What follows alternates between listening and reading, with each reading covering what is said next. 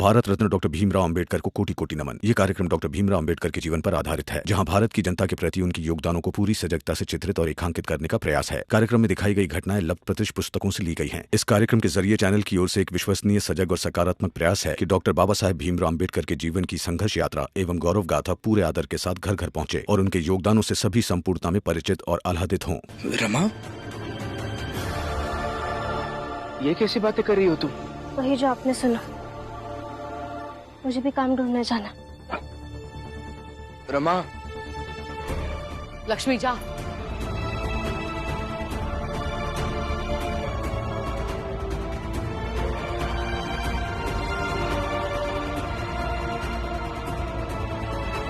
भीम,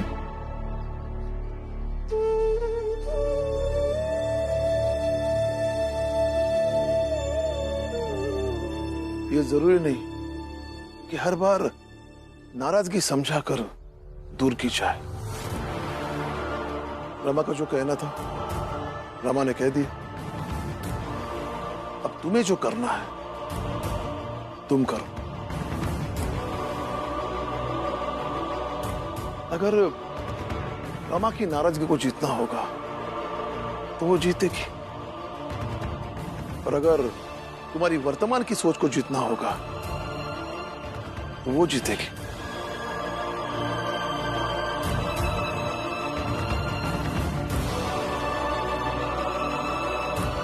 आता हूं बाबा।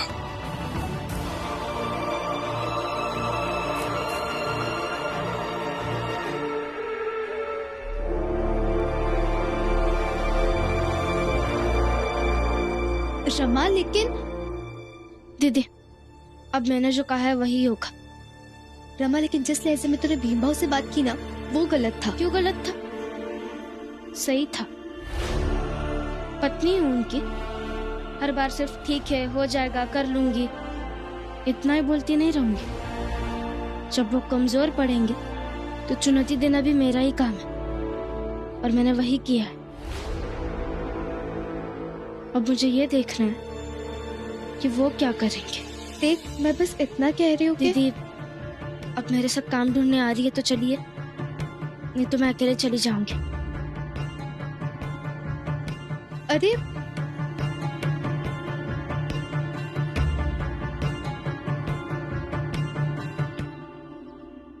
लक्ष्मी, बाला भैया, मुझे पता चला कि आनंद की तबीयत बहुत ज्यादा खराब है, और कैसे तुम सब लोग उसके इलाज के लिए एक एक पैसा जोड़ रहे हो, पर कुछ हो नहीं पा रहा। इसीलिए मैं तुम्हें एक उपाय बताने आया हूं। उपाय? कैसा उपाय? मैं और मेरी पत्नी 5 साल के लिए विदेश जा रहे हैं काम करने, गिरमिटिया मजदूर बनकर। वहां पैसे भी अच्छे मिलेंगे और व्यवस्था भी अच्छी होगी। तुम चाहो तो हम आनंद को लेकर वहां चल सकते हैं। उसका इलाज भी वहां अच्छे से हो जाएगा और हम 4 पैसे भी कमा लेंगे। मतलब घर परिवार से दूर रहना होगा? हाँ, इसीलिए सोच समझ कर जवाब देना। और हाँ, इस बात का जिक्र घर वालों से कभी मत करना। चलता हूं मैं।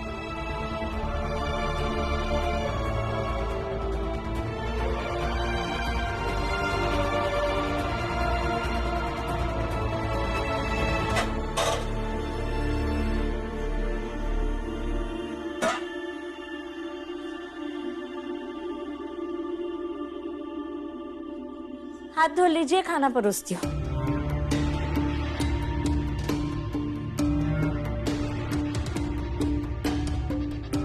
क्या हुआ? चलिए खाना खा लीजिए। क्या खा लीजिए? बेटा बिना कुछ खाए चला गया। बहू कसम खाकर गई है कि जब तक भीम कॉलेज के शिक्षकों को पढ़ाने के लिए राजी नहीं करेगा तब तक खाना क्या पानी तक नहीं पिएगी। वहां आनंद बीमार है, लक्ष्मी रमा के पीछे पीछे गई है, और मैं सबका बाप होकर यहाँ खाना खाता रहूं। बता मुझे, खाना मेरे हलक से नीचे उतरेगा? आपके खाना ना खाने से अगर सब कुछ ठीक हो जाता है तो मत खाइए खाना। लेकिन लक्ष्मी ने जो आनंद की बीमारी की हालत बताई है उसके अनुसार लगता तो नहीं है कि वो इतने जल्दी ठीक हो जाएगा। और फिर आप, वो आपका लाडला बेटा भीम, रमा, लक्ष्मी ऐसा कुछ भी नहीं कर रहे हैं कि जिससे इस घर में पैसे आए और आनंद का इलाज हो पाए, क्योंकि सब तो उस भीम की चिंता में लगे हुए, सब के सब। मैं और मेरी पत्नी 5 साल के लिए विदेश जा रहे काम करने, गिरमिटिया मजदूर बनकर। तुम चाहो तो हम आनंद को लेकर वहां चल सकते हैं। उसका इलाज भी वहां अच्छे से हो जाएगा और हम 4 पैसे भी कमा लेंगे। अगर गिरमिटिया मजदूर बनने से जीवन आसान हो जाएगा और भीम भाव, रमा, बाबा इनके सर से अपना बोझ भी हटा लेंगे तो मैं गिरमिटिया मजदूर बनने के लिए तैयार हूँ। दामाद जी, आप बुरा मत मानिए, पर आपकी किस्मत ही खराब है। आपके 3 जवान बेटे हैं, पर तीनों के तीनों किसी न किसी मुसीबत में फंसे हैं। और जिस बेटे पर आपको सबसे ज्यादा गर्व था वो तो किसी काम का नहीं बचा। मेरी मानिए, जाकर खाना खा लीजिए और बैठकर सोचिए कि रमा को कैसे मनाएं, उसे कैसे खिलाएं, क्योंकि भीम तो कुछ करने से रहा।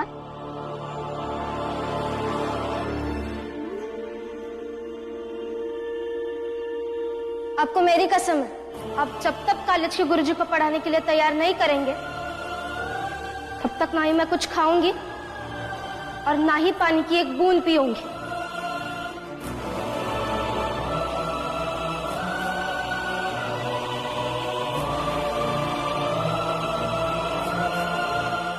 सर,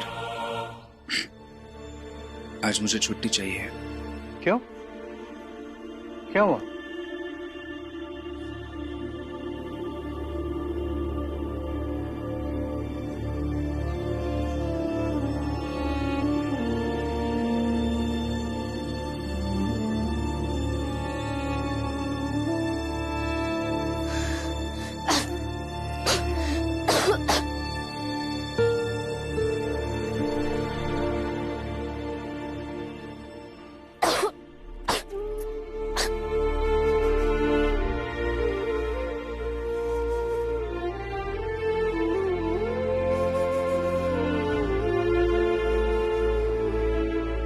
क्या हुआ?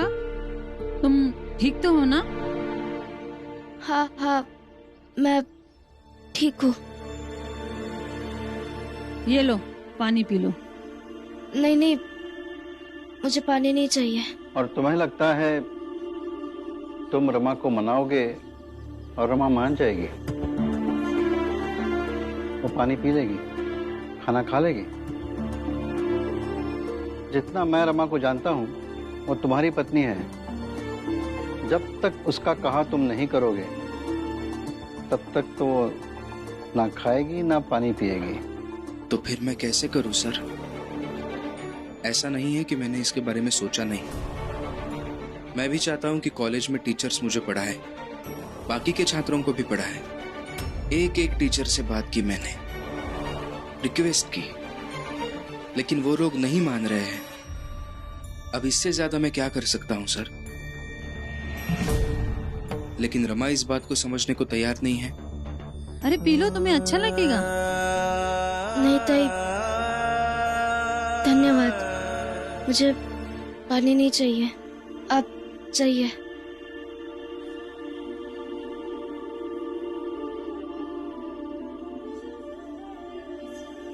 रमा अपनी जगह सही है और तुम्हारे बाबा भी। तुम बाकी सारी लड़ाई से हार मान सकते हो भीम, पर पढ़ाई से, वकालत से नहीं। तो फिर मैं क्या करूं सर? कैसे करूं? कैसे कॉलेज के शिक्षकों को उनका कर्तव्य याद आए और वो मुझे पढ़ाना शुरू कर दें? भीम, वकील बनना चाहते हो और वकील का ये हुनर तो तुम्हें आना ही चाहिए कि कुछ ऐसा ताना बाना बुने कि मुजरिम डर से अपना जुर्म कबूल करे। जहाँ रिक्वेस्ट काम ना है, क्या पता डर से काम हो जाए। डर? वो तो शिक्षक है, उन्हें बस डर होगा तो अपनी प्रतिष्ठा और पद का ही डर होगा।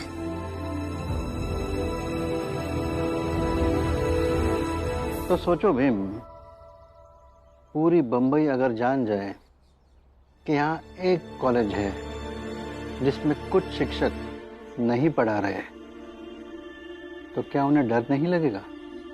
लगेगा सर, जरूर लगेगा, लेकिन ये करेंगे कैसे? एक तरीका है। क्या तरीका है सर?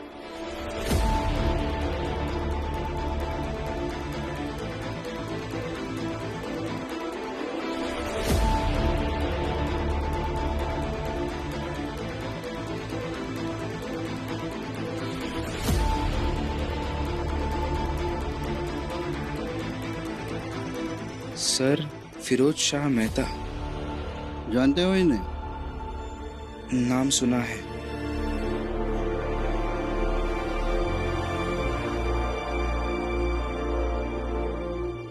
बहुत सीनियर वकील है, नेता है,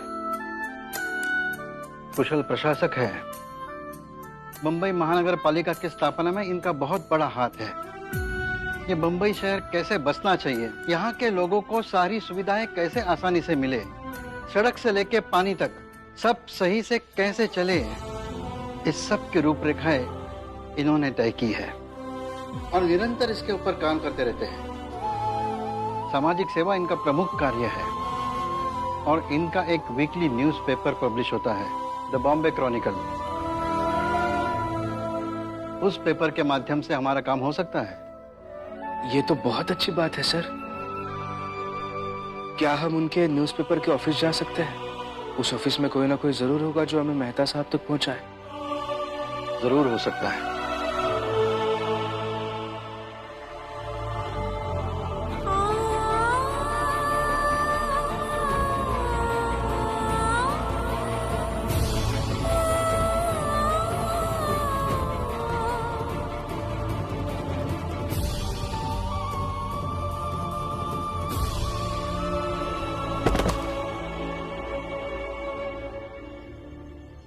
ये मेहता सर को दो।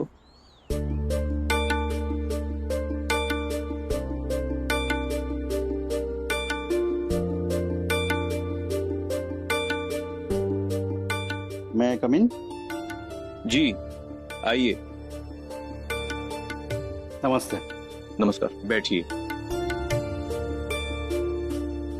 मैं एडवोकेट गिरीश पटनायक और ये भीमराव अंबेडकर मेरे साथ मेरे ऑफिस में काम करते हैं। जी बताइए। दरअसल हमें आपकी मदद चाहिए।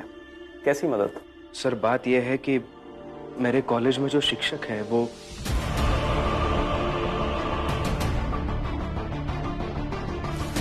जब तक तुम अपने बारे में कुछ ऐसा मुझे नहीं बताते जो मुझे पता ही नहीं है, तब तक मैं नहीं पढ़ाऊंगा। अब मेरी कक्षा में पढ़ाई नहीं होगी, इन बाकी बच्चों का सिलेबस मैं कॉलेज के बाहर कंप्लीट करवा दूंगा। तुम अपना देख लो। सर, मैं बस इतना ही चाहता हूं कि मेरे कॉलेज के शिक्षक मुझे अच्छे से पढ़ाए। बस इसी सिलसिले में मेहता सर से मिलना चाहता हूं। अरे वो ऐसे थोड़ी सभी से मिलते रहते हैं। तो आप ही अगर द बॉम्बे क्रॉनिकल पेपर में उन शिक्षकों की लापरवाही के बारे में छाप देंगे तो जरूर वो शिक्षक पढ़ाने लगेंगे। देखिए सर, मैं मेरे शिक्षकों का अपमान नहीं करना चाहता, लेकिन सच कहूं तो इसके अलावा कोई तरीका नजर नहीं आ रहा है जिससे मैं उन्हें उनका कर्तव्य समझा सकूं। देखिए, इस अखबार में जो भी छपता है वो मेहता सर ही तय करते हैं। तो आप एक बार मेहता सर से हमारे बारे में बात कर लीजिए। अरे वो इतने बड़े आदमी हैं, ऐसे उनके पास दौड़ कर नहीं जा सकता मैं। सर, हम जानते हैं कि वो बहुत बड़े व्यक्ति हैं, लेकिन बड़े व्यक्ति होने के साथ साथ वो जरूर एक शिल्पकार की तरह भी होंगे, तभी तो वो हर चीज को बनाना बसाना चाहते हैं। जब वो इस शहर की रूपरेखा, शहर की संरचना को लेकर इतने चिंतित रहते हैं, कार्यरत रहते हैं, तो मुझे पूरा विश्वास है कि वो जरूर इस बात को भी समझते होंगे कि शहर व्यक्ति से बनता है, और अगर शहर का निर्माण करना है तो उसके लिए व्यक्ति का निर्माण करना जरूरी है। सर, मेरा निर्माण तभी हो पाएगा जब मैं मेरे कॉलेज में जाकर पढ़ पाऊंगा।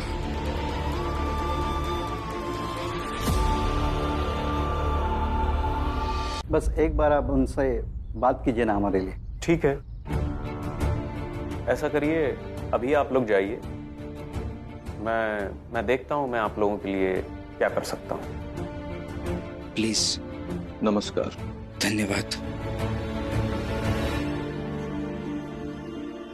चलो, दिन भर घूमकर कम से कम 10 लोग तो गिरमिटिया मजदूर बनने के लिए तैयार हो गए। हाँ, ऐसे ही 2-4 दिन में और लोग भी तैयार हो जाएंगे। हाँ, और फिर हम सब गिरमिटिया लोगन की टोली एक साथ यहाँ से जाएगी। क्या लगता है सर, काम हो जाएगा? हो तो जाना चाहिए। एक बार मेहता सर से बात हो जाएगी तो अच्छा हो जाएगा। मिलते हैं सर। ये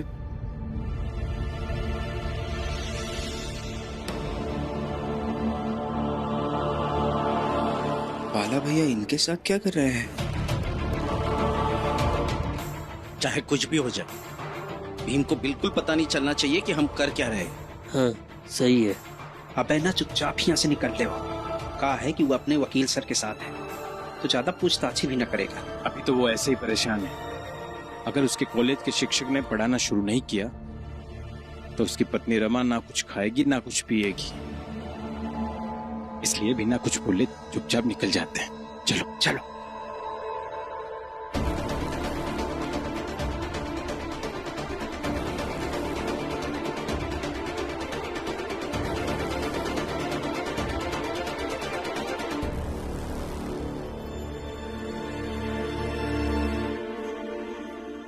भीम, तुम रमा को कुछ खिलाओ।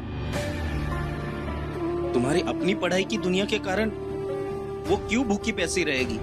भैया, मुझे भी भाभी के लिए ऐसा ही लगता है, लेकिन आपको तो मेरी बातों से फर्क नहीं पड़ता है। तो मैं भी आपको यही दिखाऊंगा, यही जताऊंगा कि मुझे भी आपकी बातों से कुछ फर्क नहीं पड़ता, भले ही असल में फर्क पड़ता क्यों ना हो। चलिए सर।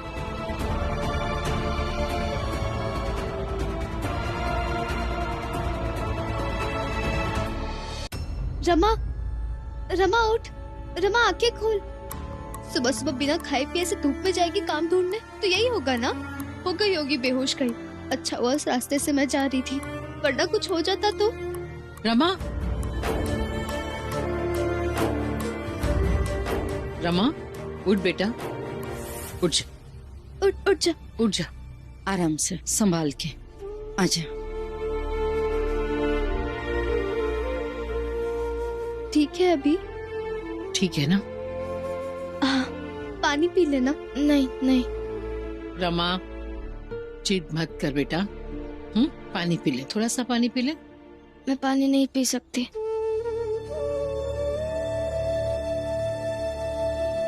रमा, लो आ गया योद्धा। रमा, अरे देखो तुम्हारी पत्नी को क्या हुआ है।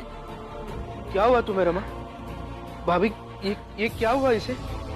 सुबह से ना कुछ खा रही है ना कुछ पी रही है, बस चली गई धूप में काम ढूंढने, हो गई बेहोश। और किसी की सुन भी नहीं रही है ये। ऐसा क्यों कर रही हो रमा? जिद मत करो, पी लो ना पानी। ये लो। रमा, मैंने और भीम ने कोशिश की है। हमसे जो सबसे अच्छा हो सकता है हमने किया है। अरे वकील साहब, कोशिशें मत बताइए, नतीजा बताइए ना, नतीजा। वो तो कसम खाकर बैठी है, जब तक शिक्षक इसे पढ़ाएंगे नहीं, ना कुछ खाएगी ना पिएगी। इसलिए आप बताइए, शिक्षकों ने पढ़ाना शुरू किया या नहीं? रमा, हमने पूरी कोशिश की है, बस नतीजा आना बाकी है। उसके लिए थोड़ा समय चाहिए।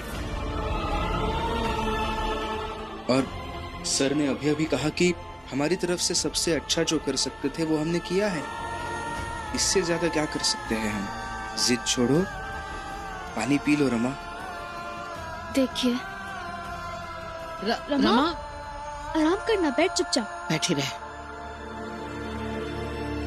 देखिए, मैं आपको समझती हूँ, लेकिन मैंने जो सबके सामने कहा है उसका क्या? इन लोगों को कौन समझाएगा? मुझे माफ कीजिए, लेकिन मैं आपकी बात तब तक नहीं मान सकती जब तक आपकी कोशिश आपके पक्ष में परिणाम नहीं देती। तब तक ना ही कुछ मैं खाऊंगी और ना ही पानी पीऊंगी।